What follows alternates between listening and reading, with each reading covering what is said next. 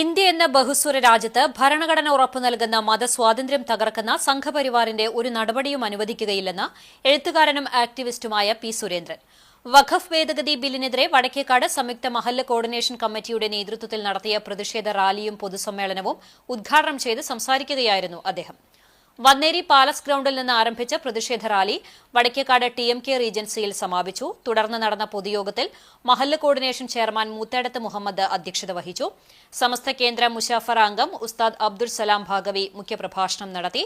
Vadakkekad panchayat president NMK Nabeel, Chavakkad block panchayat vice president Mannalamkunnu Muhammad Unni, Punnayurkulam panchayat vice president EK Nishar, volunteer captain Abdul Azeez Paroor, മഹല്ല് ഖത്തീബുമാർ, സംയുക്ത മഹല്ല് കോർഡിനേഷൻ കമ്മിറ്റി ഭാരവാഹികൾ തുടങ്ങിയവർ സംസാരിച്ചു.